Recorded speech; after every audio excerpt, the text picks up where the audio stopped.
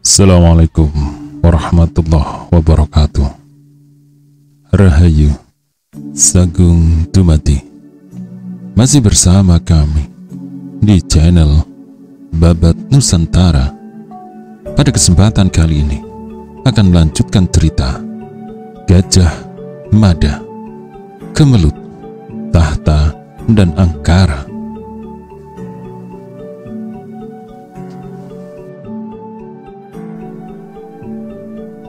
Gajah Mada datang mendekat.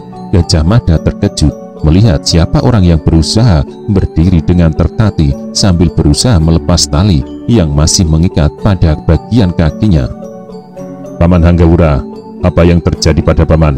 Gajah Enggon yang mewakili membalas pertanyaan itu. Paman Hanggawura dicegat dan dirampok.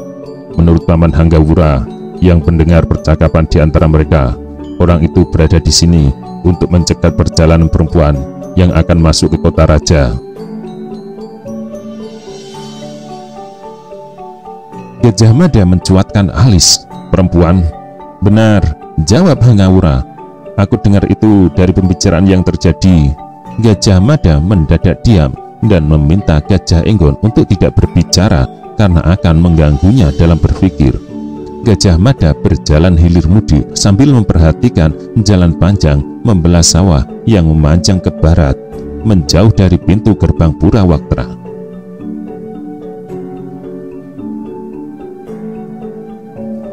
Hanya beberapa jenak setelah kedatangan Patidaha Gajah Mada dan Gajah Enggon, rombongan prajurit berkuda datang menyusul.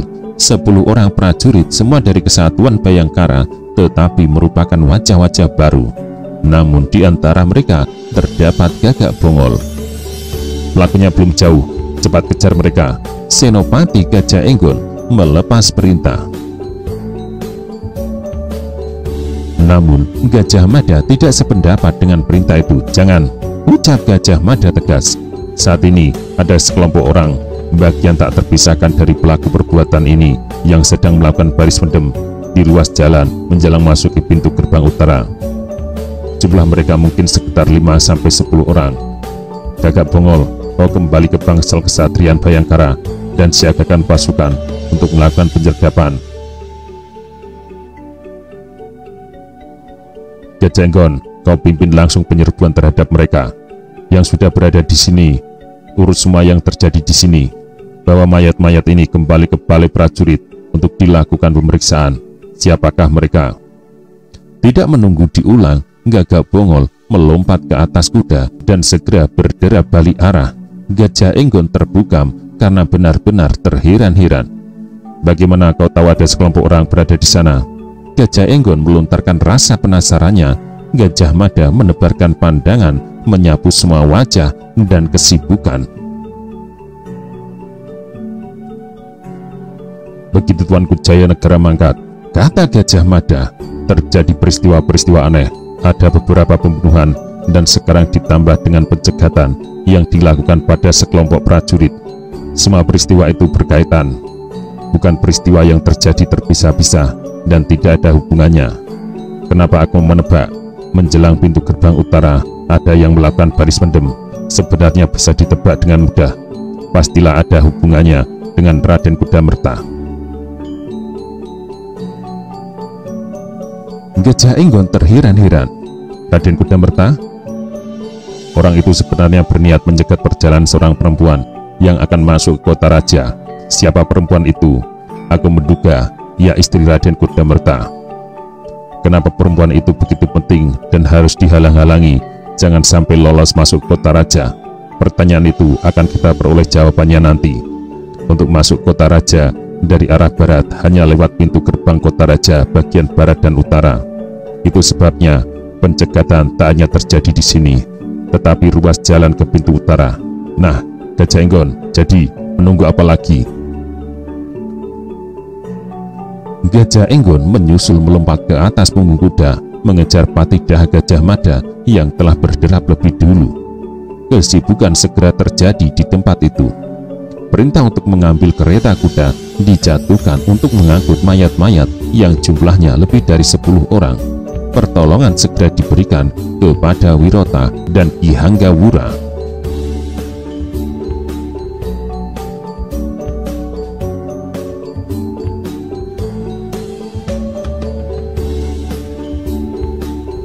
Istana yang kini menjadi kediaman Tribuana Tunggadewi Jaya Wisnuwardhani atau Sri Gitarja tidak kalah megah dari istana utama kediaman raja yang kini kosong karena telah ditinggalkan penghuninya untuk selama-lamanya. Berbeda dengan istana kiri yang menjadi kediaman Dyahwiyat Raja Dewi Maharajasa yang suram, denyut kebahagiaan lebih terasa di istana sayap kanan. Suasana berkabung akibat surutnya Prabu Jayanegara bukan berarti istana kanan tak begitu banyak dalam menyumbang air mata. Namun, karena Sri Gitarja benar-benar merasa sangat bahagia dalam menikmati bulan madunya bersama lelaki yang didambakan, menjadikan istana kanan lebih bercahaya. Di hari kakaknya terbunuh adalah juga ia bersuamikan lelaki yang selama ini dimimpi harapkan. Sungguh sangat berbeda dengan istana kiri yang dihuni Dyahwiyat Raja Dewi Maharajasa. Pada malam pertama, Dyahwiyat dikawini oleh seorang laki-laki. Tepat di hari itu pula suaminya terbukti telah beristri dan menempatkan hanya sebagai istri kedua. Hari perkawinannya adalah hari pelecehan.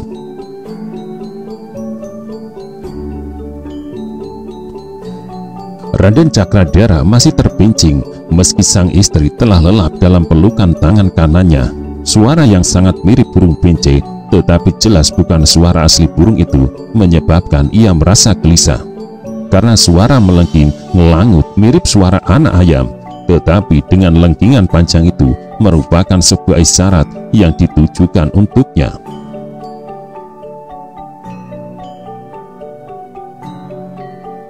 Orang yang melepas suara mirip burung pincir itulah yang membuat hatinya gelisah. Setidaknya sejak menjelang senja, Raden Cakradara merasa kehilangan orang itu dan tidak diketahui apa yang dilakukan. Sepak terjang yang mungkin dilakukan orang itu yang membuat ia gelisah, bukan apabila ada pihak yang membahayakannya. Raden Cakradara layak merasa gelisah. Pembunuhan yang sambung menyambung pada sehari sebelumnya sangat mungkin merupakan ulahnya. Amat mungkin orang itu yang mendalangi. Apa yang beberapa hari lalu diucapkannya masih terngiang-ngiang.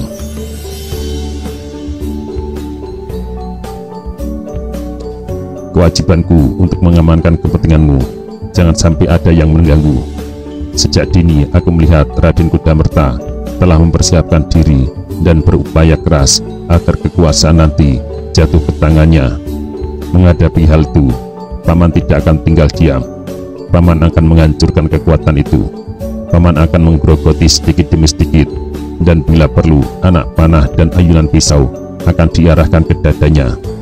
Demi tahta dan kedudukan sebagai raja, kau harus bisa mengesampingkan hubungan pribadimu dengan Kudamerta.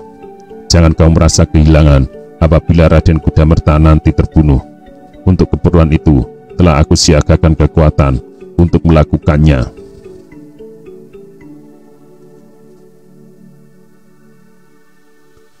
Ancaman yang dilontarkan kini menjadi kenyataan. Pembunuh bersambung terjadi yang semua mengarah ke Raden Kudamerta. Bahkan terakhir, suami adik iparnya itu menjadi sasaran bidik pisau terbang yang diayunkan tepat mengarah ke jantung. Untung Raden Kudamerta terselamatkan dan ayunan pisau melesat sejengkal. Kalau ayunan pisau itu dapat menghujam ke sasaran, habis riwayat Raden Kudamerta. Untuk yang sekian kali, suara melengking mirip burung pincir itu terdengar lagi, amat menyayat seperti sedang kesakitan. Paman Pakring Suramurda memanggilku. Raden Cakradara berkata untuk diri sendiri. Akhirnya setelah Raden Cakradara merasa benar-benar yakin istrinya tertidur, yang terbaca itu dari dengkuran yang halus, maka dengan berjalan mengendap-endap menantu Ratu Gayatri itu keluar dari biliknya. Udara bersih di halaman tanpa batas pandang karena tidak ada kabut yang mengganggu.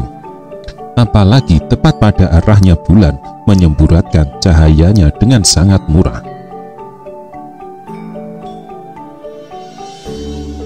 Raden Cakradara tidak sekedar turun ke halaman, tetapi langsung menuju ke kandang kuda, karena dari sanalah isyarat yang ditujukan untuknya itu berasal. Benar seperti apa yang ia duga, Pakering Suramurda memang menunggu seperti tidak sabar. "Ada apa, Paman?" tanya Raden Cakradara ditunjuk kepada perawat kudanya. "Malam ini jangan tidur," balas Pakering Suramurda dengan suara setengah berbisik. "Kenapa, Paman?" "Aku melihat ada pergerakan yang cukup besar, yang entah apa penyebabnya. Ada isyarat-isyarat anak panah sandran berupa permintaan bantuan yang dilepas dari luar dinding kota raja bagian barat. Kulihat pula Patida Gajah Mada dan pimpinan pasukan Bayangkara yang sedang menemui Raden Kudamerta menjawab isyarat itu, lalu berkuda ke arah barat. Aku sedang mengirim orang untuk mengetahui apa yang terjadi di sana." Raden Cakradara melangkah lebih dekat lagi dan memperhatikan kuda-kuda kesayangannya telah dipindahkan pula ke kandang khusus di belakang istana kanan. Dalam hal merawat kuda, menjaga kebugaran kuda itu, dan menjaga kesehatannya, Raden Cakradara benar-benar merasa puas dan tak kecewa pada hasil kerja Pakering Suramurda. Sedemikian larut Raden Cakradara mengarahkan pandangan matanya kepada kakak kandung ibunya itu dengan rasa cemas.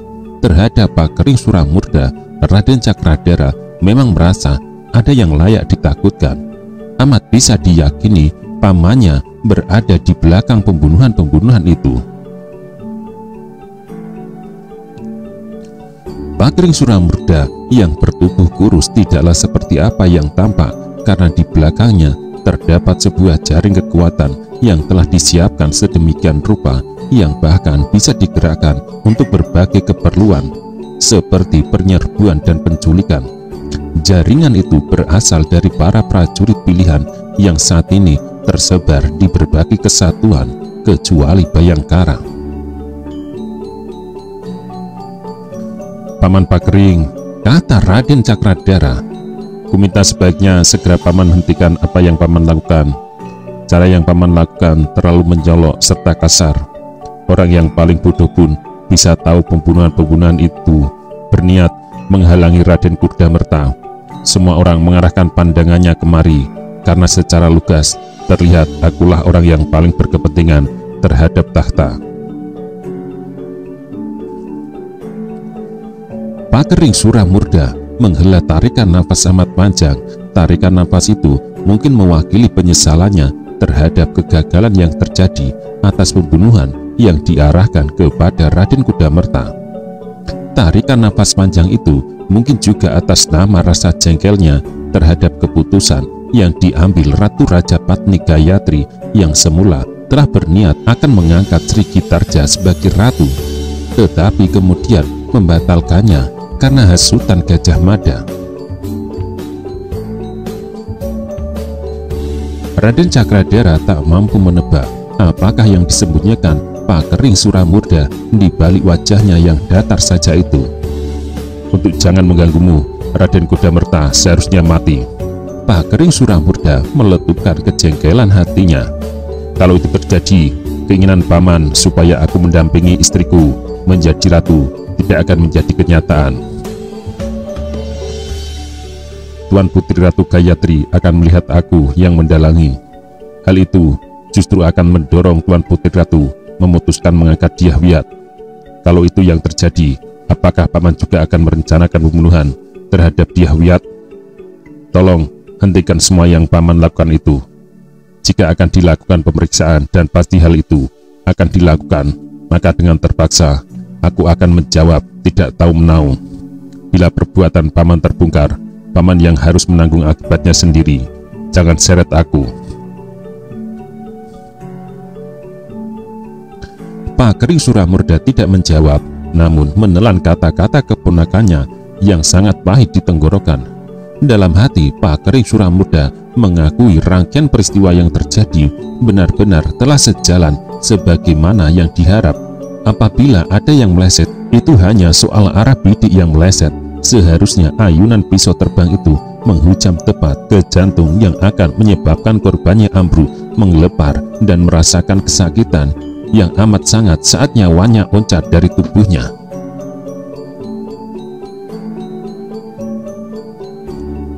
Di sisi lain, Pakering Suramurda mengakui kebenaran ucapan keponakannya. Rangkaian pembunuhan itu sangat merugikan Raden Cakradara. Perhatian segenap kawula Majapahit dengan sendirinya terarah kepadanya dengan tudingan yang amat sulit untuk dibantah. Raden Cakradara mendalangi pembunuhan terhadap Kudamerta untuk mencegah jangan sampai tata jatuh padanya, karena siapapun yang menjadi ratu, suaminya akan menjadi raja. Kerakusan Raden Cakradara menjadi penyebab ia kehilangan kendali dan menjadi liar melampaui batas kepatutan. Apapun cara pandangmu terhadapku Cakradara, ucap Pakering Suramurda, apa yang aku lakukan adalah untukmu. Kau punya kesempatan menjadi raja. Bila Sri Kitarja tidak mampu menjalankan tugasnya karena ia hanya seorang perempuan yang sangat sempit langkah kakinya, akan terbuka peluang amat lebar. Kekuasaan tertinggi itu akan jatuh ke tanganmu. Telah berulang kali Raden Cakradara mendengar ucapan pamannya itu nyaris tak bisa dihitung. Hasutan pamannya itulah yang akhirnya menyentuh simpul nafsu atas kekuasaan. Dengar kata-kataku Cakradara, berkata Pakering Suramurda. Mumpung istrimu sedang sangat terlena, kamu harus segera menanamkan pengaruhmu kepada Sri Kitarja. Janganlah lagi bicara soal waktu. Cepat atau lambat, kekuasaan itu akan jatuh ke tangan istrimu. Kamu akan gigit jari apabila sebilah anak panah diarahkan dengan istrimu berada di sasaran bidiknya. Raden Kudamerta atau pendukungnya pasti akan melakukan. Peringatan yang dilepas Pakering Suramurda itu seperti serampangan, namun Raden Cakradara tak mungkin mengabaikannya.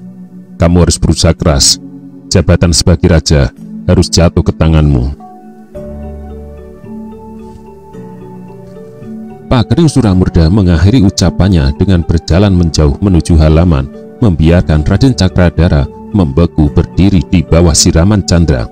Namun hanya sejenak kemudian Raden Cakradara berjalan lemah lunglai kembali ke dalam istana.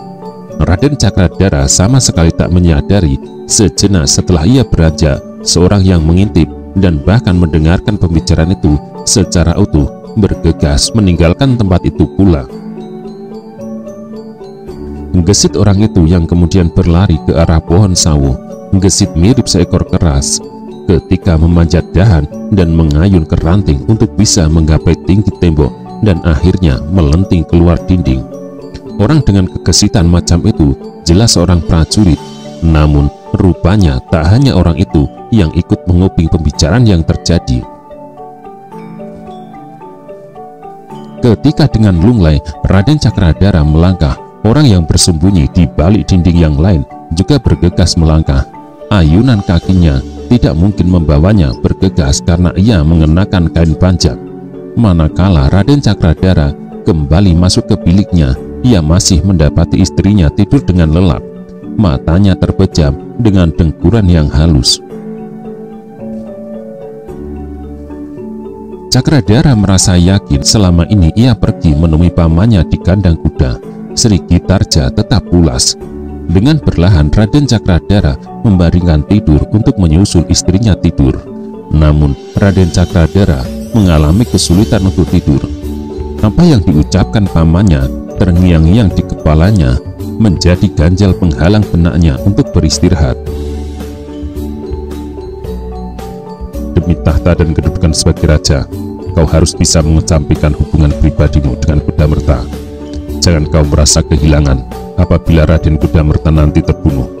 Untuk keperluan itu telah aku siagakan kekuatan untuk melakukannya. Dipimpin langsung oleh Senopati Gajah Enggon, penyergapan terhadap orang-orang yang melakukan baris mendem di ruas jalan menjelang pintu gerbang utara disiagakan. Di dalam pasukan kecil berkekuatan 15 orang itu terdapat mantan bekel Gajah Mada yang kini menjadi pemangku jabatan Pati di Daha. Gagak Bongol yang mulai siang sebelumnya harus disibukkan mengurus anak angkatnya, memegang busur dengan anak panah dalam jumlah cukup berada di punggungnya. Bayangkara Jayabaya berada dalam rombongan itu pula, tak ikut berbicara, namun ia bersiaga menjalankan perintah apapun yang akan diberikan kepadanya. Sejenak setelah menunggu terdengar suara orang berlari kencang, orang itu adalah Telik Sandi yang melaksanakan tugas pengintaian yang menemukan di mana orang-orang yang melakukan pencegatan itu berada. "Bagaimana?" bertanya Senopati Gajah Enggon. "Mereka di tikungan Randup itu berkekuatan sekitar 15 orang. Amat mungkin orang-orang yang semula melakukan pencegatan di barat Purwakerta telah bergabung di sana. Dengan mudah aku bisa menemukan mereka karena ada asap dari perapian yang dibuat. Nyala api memang bisa disembunyikan, tetapi tidak asapnya." "Kamu melihat mereka menyembunyikan kuda-kuda?" tanya Gajah Enggon lagi. "Ya," jawab prajurit yang menempatkan diri sebagai cucu lampah itu. Senopati Gajah Enggon berbalik dan memandang Gajah Mada, menunggu apa pendapat pendahulunya yang pernah memimpin pasukan Bayangkara itu. "Dengan jumlah sebanyak itu, mereka pasti tidak akan menggapai ancaman untuk menyerah. Serbu mereka, tetapi harus ada yang tertangkap hidup-hidup untuk dimintai keterangan. Jawaban atas siapa yang bertanggung jawab atas pembunuhan-pembunuhan yang terjadi akan kita peroleh di sana," kata Gajah Mada. "Baik Kakang."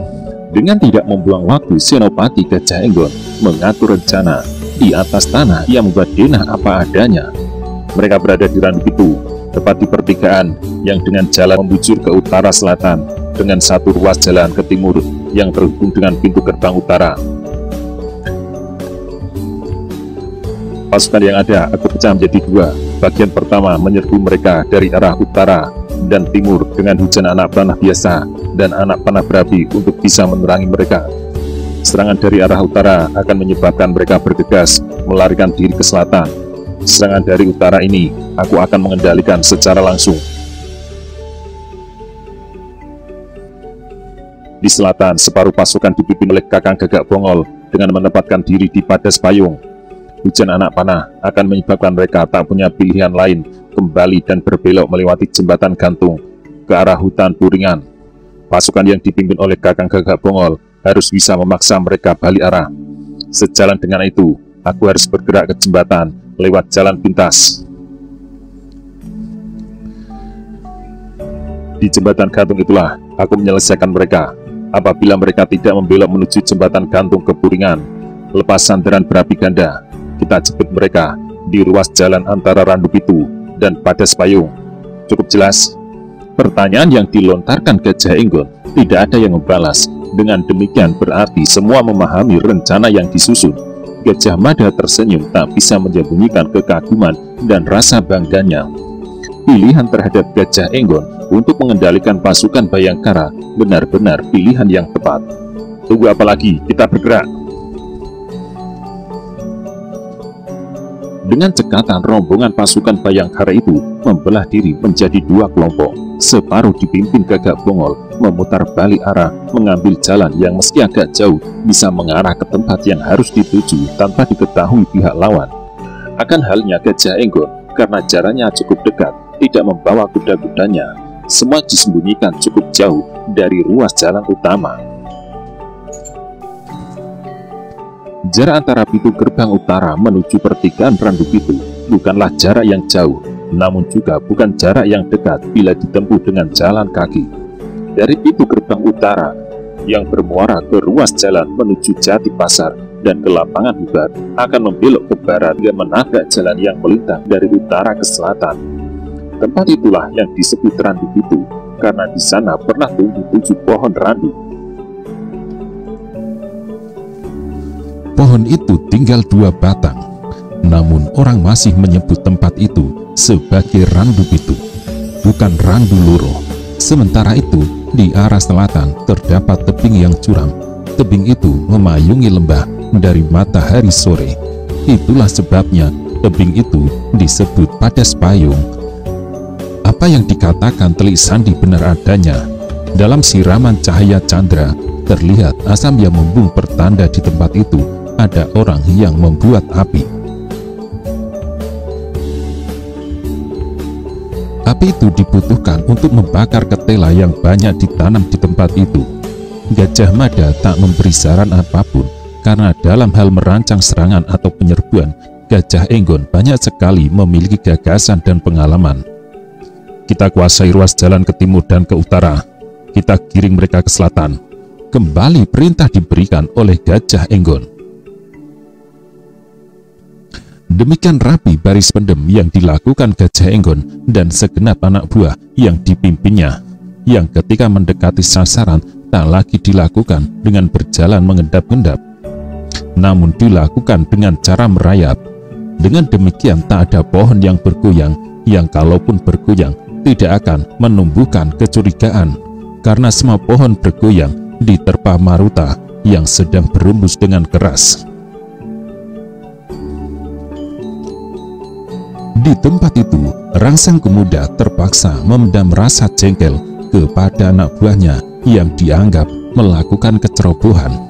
Akan tetapi anak buahnya yang telah bersin saat baris pendem yang menjadi penyebab keberadaan mereka kepergok menjadi salah seorang yang mati. Jadi tak ada gunanya mengumpat menyerapahinya. Namun Rangsang Pemuda benar-benar tidak ingin kehilangan pengawasannya pada dua ruas jalan menuju ke kota raja itu.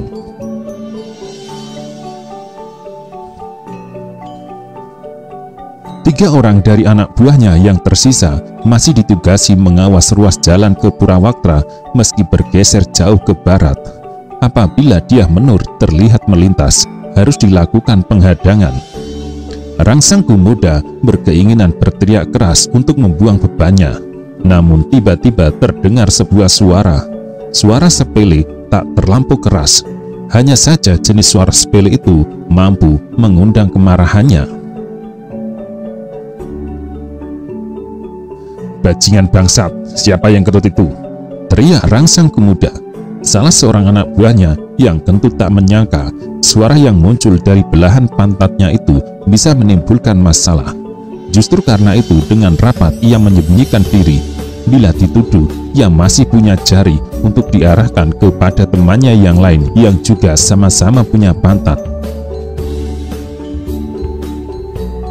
Siapa yang kentut itu? Kembali terdengar suara teriakan. Para anak buah Rangsang Pemuda sangat mengenal tabiat pimpinannya. Oleh alasan yang sebenarnya sepele, Rangsang Pemuda bisa melakukan hal yang tak terduga. Kali ini hanya sekedar kentut, namun kentut dengan suara keras itu memang meledak di saat yang tidak tepat. Di tempat yang juga tidak tepat, Rangsang Pemuda merasa seperti diledek.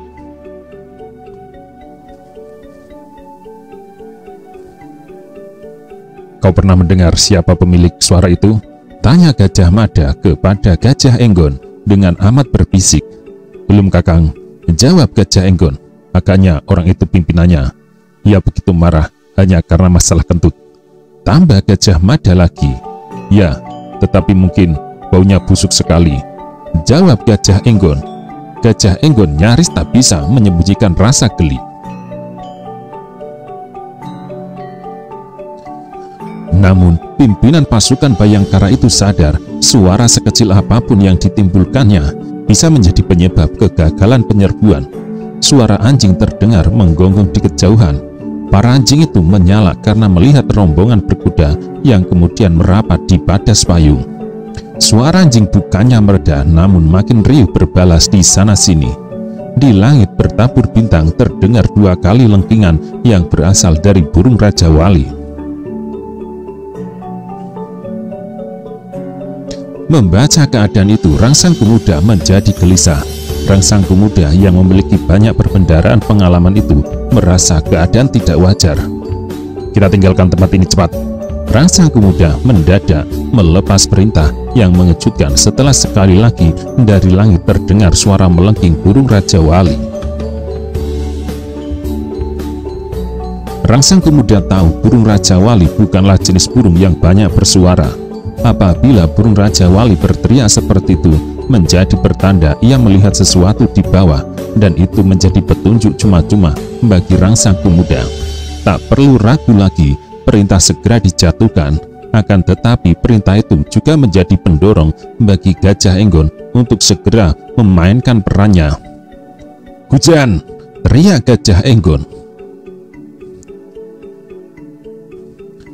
Rangsang Pemuda dan anak buahnya benar-benar terkejut ketika hujan anak panah terarah kepada mereka. Pasukan Bayangkara dalam jumlah kecil itu bergegas menerjemahkan rencana yang telah disusun. Batu titikan dengan segera dibenturkan untuk membuat nyala api. Anak panah sandaran berapi yang dilepas susul menyusul sangat berguna menerangi sasaran, menjadikan anak buah Rangsang Pemuda kalang kabut berlarian ke arah kuda masing-masing. "Cepat tinggalkan tempat ini!" teriak Rangsang Pemuda. Dengan gesit Rangsang Pemuda memberi contoh dengan melenting ke atas kuda, dan tepat sebagaimana perhitungan Gajah Enggon, rombongan orang-orang tak dikenal itu mengambil arah menuju selatan. "Serang!" perintah Gajah Enggon. Serangan secara langsung dengan secepat-cepatnya itu didasari kepentingan harus ada yang bisa ditangkap hidup-hidup dan dimintai keterangan. Untuk menjamin keberhasilannya, Gajah Enggon merasa harus berbuat langsung, tidak hanya sekedar berteriak menyalurkan perintah. Dengan anak panah terarah, Gajah Enggon berlari dan menghamburkan serangan beruntun. Rangsang Pemuda melihat kekacauan luar biasa yang dihadapi anak buahnya yang berusaha sekuat tenaga meloncat ke atas punggung kuda karena hujan warostro yang sedemikian deras susul menyusul tiada henti. Salah seorang dari mereka telah berhasil duduk di atas kuda, namun nasibnya sial karena sebatang anak panah, kali ini anak panah dengan ujung berapi, menerjang punggungnya. Ambruk orang itu dengan api yang dengan segera membakar pakaiannya. Tak mampu menahan sakit oleh anak panah yang menancap di punggungnya dan sengatan api yang membakar punggungnya, korban berkelenjotan menyita perhatian temannya. Perhatian yang terampas itu segera dimanfaatkan oleh Gajah Enggon untuk melapas serangan yang lebih tajam. 2 kali Gajah Enggon merentang busur, 2 kali korban tak bisa menghindar untuk jatuh dan sekarat.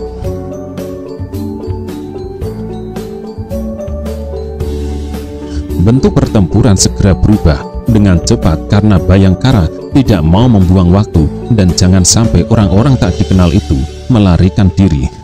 Pertarungan dengan saling melepas warostro itu dengan segera berubah ke bentuk mirip perang bubruk. Pertarungan satu demi satu dengan jumlah tak seimbang, dengan jumlah lebih banyak Bayangkara lebih bisa memainkan keadaan.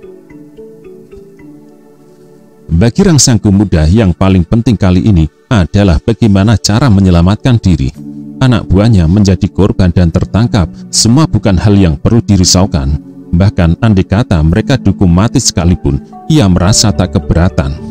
Akan tetapi Rangsang Pemuda yang berniat melarikan diri menyusul anak buahnya ke selatan, menyempatkan melompat turun dan memungut 2 butir batu sekepalan tangan.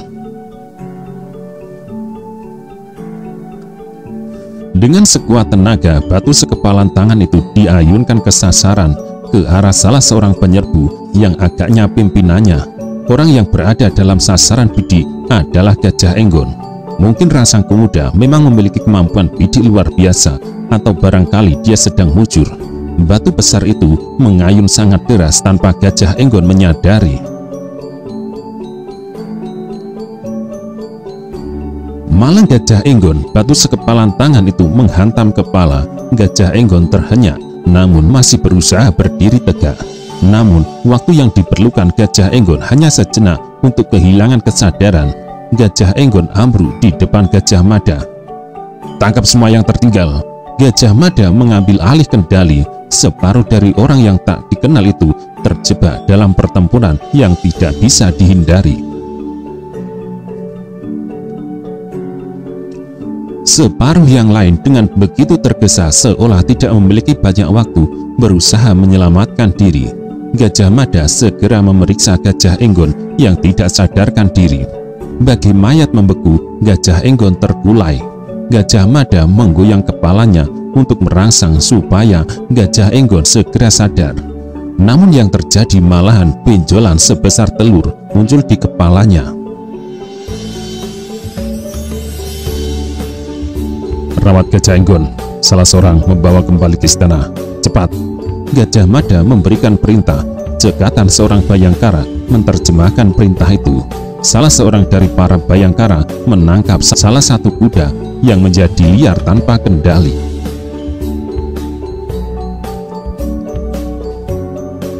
Tubuh Gajah Enggon diangkat ke atas kuda. Sejenak kemudian kuda yang membawa Gajah Enggon dan seorang Bayangkara berderap menuju ke kota raja. Hentikan pertempuran! Tiba-tiba Gajah Mada berteriak dengan amat keras. Aku Patida Gajah Mada memerintahkan untuk menghentikan pertempuran.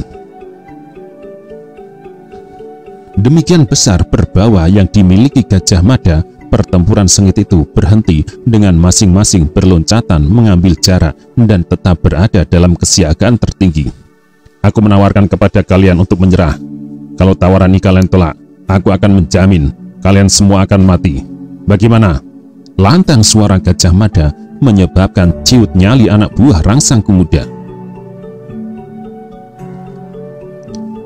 Anak buah Rangsang Pemuda saling pandang antara mereka sendiri.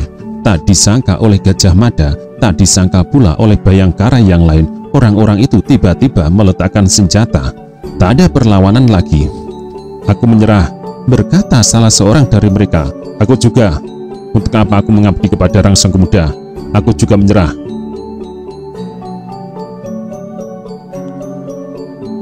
Tidak seorang pun dari sisa-sisa anak buah Rangsang Pemuda yang mencoba mempertahankan harga diri. Semua meletakkan senjata dengan tanpa beban. Mantan begal Gajah Mada melihat orang-orang itu bahkan merasa senang diberi kesempatan menyerah. 3 orang menjaga mereka. Kita lanjutkan rencana yang telah disusun Gajah Enggon. Gajah Mada kembali memberi perintah. Juga terengginas pasukan khusus Bayangkara yang tak berkurang jumlahnya kecuali naas yang menimpa Gajah Enggon, melaksanakan perintah yang dijatuhkan Patida Gajah Mada. Sebagaimana siasat yang sudah dibuat, diperkirakan orang-orang yang menyelamatkan diri itu akan melarikan diri melintas jembatan gantung ke arah hutan Puringan.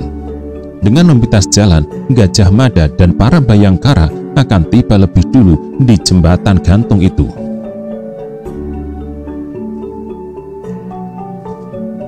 Rangsang Pemuda dengan 5 orang anak buahnya yang tersisa berpacu tak ubahnya orang yang ketakutan dikejar harimau.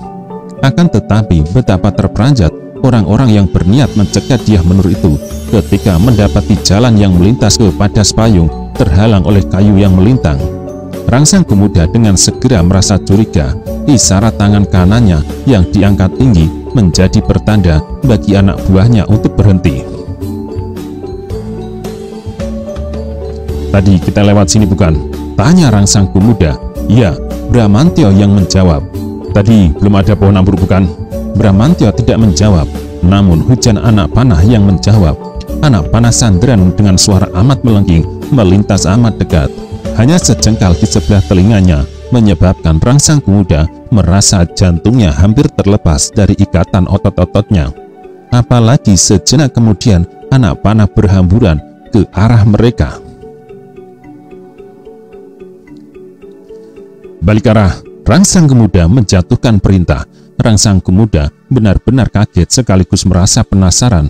Rangsang Pemuda tidak bisa memahami bagaimana orang-orang Bayangkara bisa memergoki apa yang ia lakukan. Hanya Bayangkara yang bisa melakukan itu, gumam Rangsang Pemuda.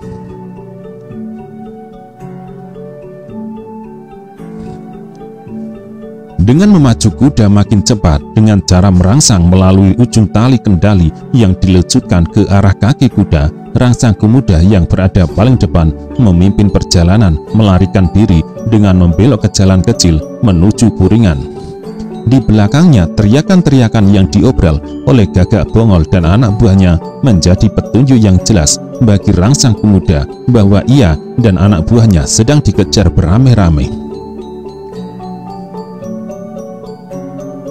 Setelah 2 kali melewati jalan membelok, Rangsang Pemuda kini dihadang oleh sebuah jembatan gantung yang tak mungkin dilintasi bersama-sama. Jembatan gantung yang diikat tali temali itu hanya bisa dilewati kuda satu persatu. Namun untuk yang kesekian kalinya, betapa terkejut Rangsang Pemuda oleh kenyataan yang benar-benar tak terduga. Anak panah Sanderan membawa api melesat membumbung tinggi menjadi peringatan baginya dan anak buahnya. "Aku Patih Daha Gajah Mada," terdengar sebuah teriakan. "Aku minta kepada kalian semua untuk menyerah. Letakkan senjata. Kalian semua bakal selamat. Atau kalian boleh mempertahankan keyakinan kalian, dan kami menjamin anak panah kami yang tak terkira jumlahnya akan mengantar kalian ke pintu gerbang kematian." Nama Gajah Mada merupakan jaminan bahwa apa yang diucapkan bukan hal main-main, menyebabkan Rangsang Pemuda cemas. Para anak buahnya yang merasa terjebak dari segala penjuru itu bingung. Mereka tidak tahu harus melakukan apa. Kemungkinan yang tersisa hanyalah menunggu bagaimana sikap pimpinannya. Apabila Rangsang Pemuda memerintahkan menyerah, mereka siap akan menyerah. Sebaliknya, apabila Rangsang Pemuda memerintahkan untuk melawan, mereka ragu apakah akan melakukannya. Apa yang kemudian terjadi dan mengagetkan mereka adalah tindakan yang dilakukan Rangsang Pemuda yang dengan tiba-tiba meloncat dari kudanya, kemudian ambyur ke sungai. Perbuatan Rangsang Pemuda itu luput dari perhatian Gajah Mada dan anak buahnya karena terhalang oleh semak dan perdu.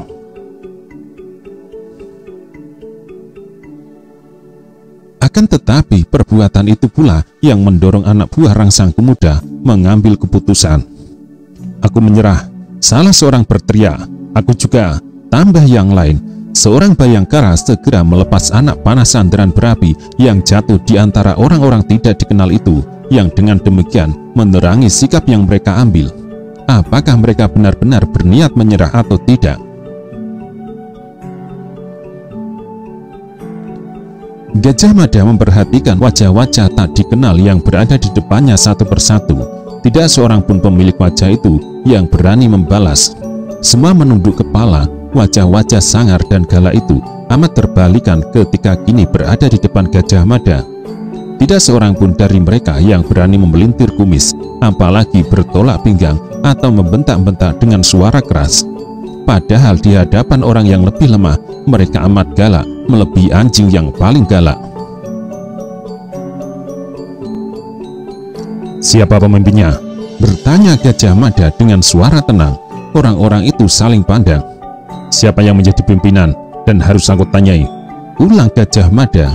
Akhirnya semua menoleh pada Bramantyo. "Pimpinan kami bernama Rangsang Pemuda. Ia ambil ke sungai." Jawaban itu mengagetkan Gajah Mada dan dengan segera memperhatikan air yang demikian deras di sungai. "Benar begitu? Ada yang melarikan diri dengan ambyur ke sungai?" Patih Daha Gajah Mada mengalihkan pertanyaan kepada yang lain. "Benar Ki Patih," jawab dua orang secara bersamaan. Gajah Mada mengedarkan pandangan matanya. "Jayabaya, kemarilah." Bayangkara Jayabaya yang tak banyak bicara kaget saat namanya dipanggil. Dengan bergegas Jayabaya mendekat. "Ikat mereka semua dan bawa ke istana. Lalu segera mungkin kamu lakukan pemeriksaan. Apa sebenarnya yang mereka lakukan? Siapa pimpinannya dan apa latar belakangnya? Apabila menurutmu masuk akal dan mungkin, kejar pimpinannya yang ambyur ke sungai itu. Hasilnya sesegera mungkin kau laporkan. Aku mendahului kembali ke istana. Aku mencemaskan keadaan Gajah Enggon." Sigap Jayabaya menjawab, "Baik Kakang Gajah, aku kerjakan." Patih Daha Gajah Mada memang layak mencemaskan keadaan Gajah Enggon. Batu sekepalan tangan menghajar keningnya. Kejadian itu mungkin membahayakan nyawanya. Hanya sejenak setelah itu, suara kuda yang berderap demikian kencang menggema dan memantul-mantul ke segala penjuru. Gajah Mada bergegas naik ke pendopo balai prajurit dan menuju kerumunan para prajurit yang mengelilingi Gajah Enggon. Senopati pimpinan pasukan khusus Bhayangkara itu masih berbaring tanpa daya. Hantaman batu itu benar-benar mampu merapas kesadarannya. Waktu telah bergeser cukup lama, tetapi Gajah Enggon belum juga sadar dari pingsannya. Kematian memang bisa menimpa siapa saja dan melalui kejadian apa saja, tetapi Gajah Mada layak merasa cemas apabila Gajah Enggon tak bisa diselamatkan. Baginya, Gajah Enggon tak sekedar seorang sahabat.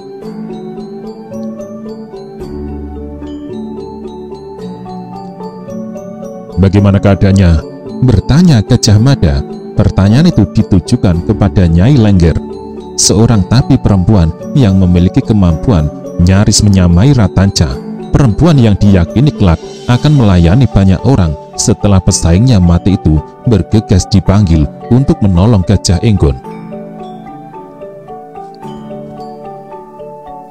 Berbagai daya dan upaya dilakukan, namun Gajah Enggon tetap diam.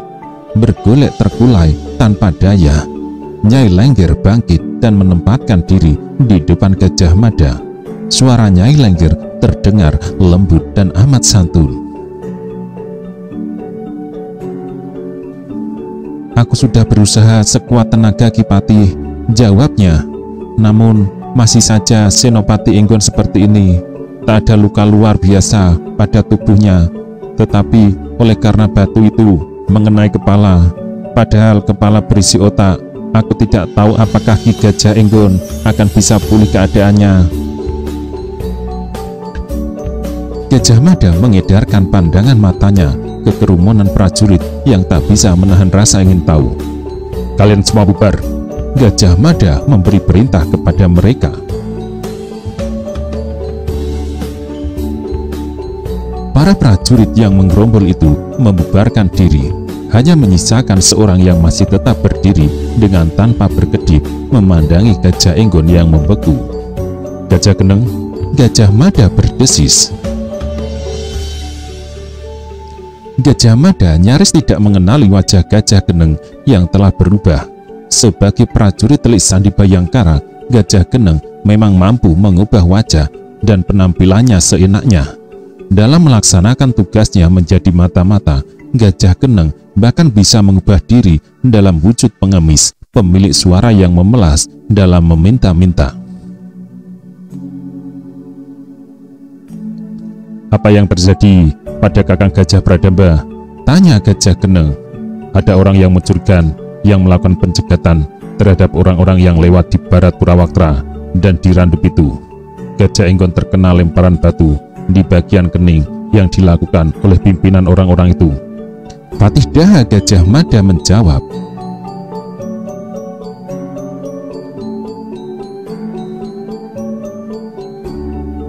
Wajah Gajah Geneng terlihat cemas. Ia layak cemas karena masih memiliki kenangan buruk yang amat mirip dengan apa yang dialami Gajah Enggon. Salah seorang tetangga di kampung halamannya mengalami naas terkena lemparan batu di keningnya. Tetangga yang bernama Gandrang itu muntah berkali-kali dan kemudian pingsan. Beberapa hari kemudian bahkan mati.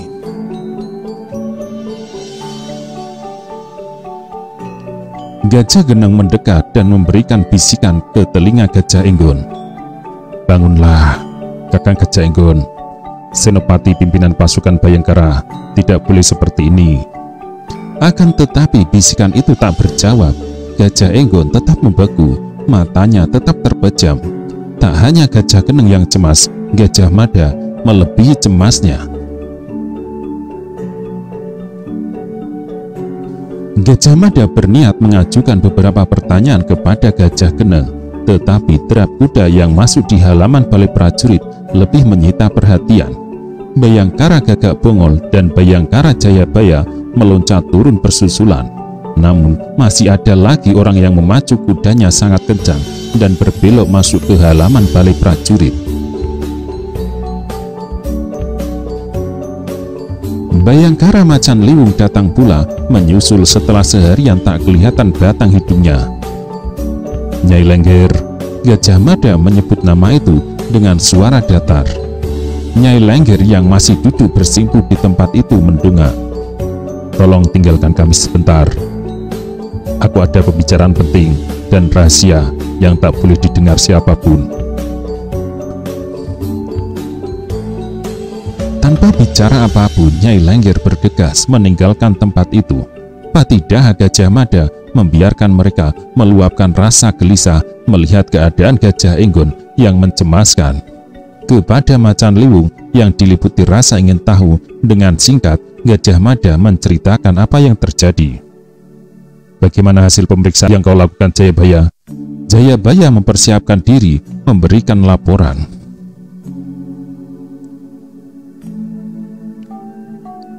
Aku telah melakukan pemeriksaan. Seorang bernama Bramantyo memberi jawaban yang cukup jelas bahwa perempuan yang dicegat untuk jangan masuk ke kota bernama Dyah Menur. Pimpinannya bernama Rangsang Pemuda. Namun, bagaimana latar belakang orang bernama Rangsang Pemuda itu, tak seorang pun yang tahu. Aku sudah memerintahkan untuk menelusuri sungai, juga menyerbu sebuah pedukuhan terpencil yang selama ini menjadi sarangnya. Gajah Mada memperhatikan wajah Jayabaya dalam berbicara. Tidak satu pun kalimat yang lepas dari perhatiannya. Orang itu bernama Rangsang Pemuda? Gajah Mada menegas. Ya, jawab Bayangkara Jayabaya. Orang itulah yang mendalangi semua pembunuhan beruntun yang terjadi. Bramantyo mengaku mengenal Rubaya. Rubaya orang yang ditugasi membunuh Raden Kudamerta menggunakan ayunan pisaunya.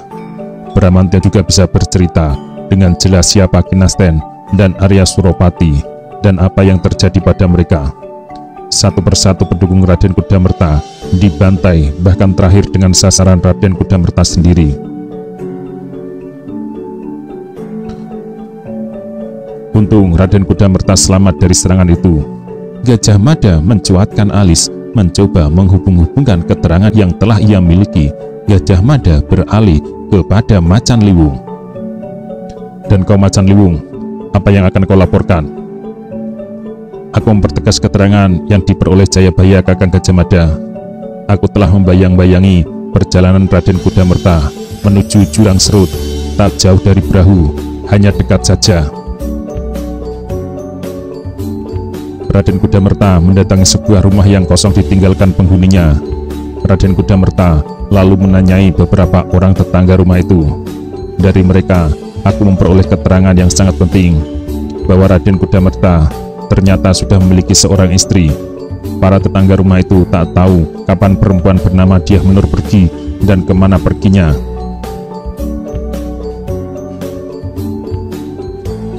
Keterangan Bayangkara Macan Liwung itu amat mengagetkan Bayangkara Jayabaya. Bayangkara Gajah Geneng dan Gagak Bongol sebaliknya. Bayangkara Macan Liwung terkejut melihat Gajah Mada sama sekali tidak terkejut. Raden Kudamerta telah beristri? Gajah Geneng meletup. Ya, Gajah Mada menjawab. Raden Kudamerta melakukan kesalahan dengan menyembunyikan hal itu. Namun, Ibu Ratu Rajapatni Biksuni Gayatri sudah tahu. Gila, desis Gajah Geneng. Kenapa? Balas Gajah Mada. Kakang Gajah sudah tahu itu? Gajah Mada tersenyum. Aku sudah mengetahui dari sumber lain. Raden Kudamerta sudah beristri dan memiliki seorang anak laki-laki. Di belakang perempuan bernama Dyah Menur itu, sangat mungkin ada pihak tertentu yang bermimpi akan bisa menguasai tahta. Pembunuhan berantai yang terjadi kemarin dan pencegatan yang terjadi kali ini didalangi orang itu, yang kini kita ketahui namanya Rangsang Pemuda. Namun, siapa sebenarnya orang itu masih gelap. Kita akan terus menelusurinya, kata Gajah Mada. Mendengar itu, Gajah Geneng batuk-batuk pendek, sebuah ciri kebiasaan yang selalu dilakukan ketika akan meminta berbicara.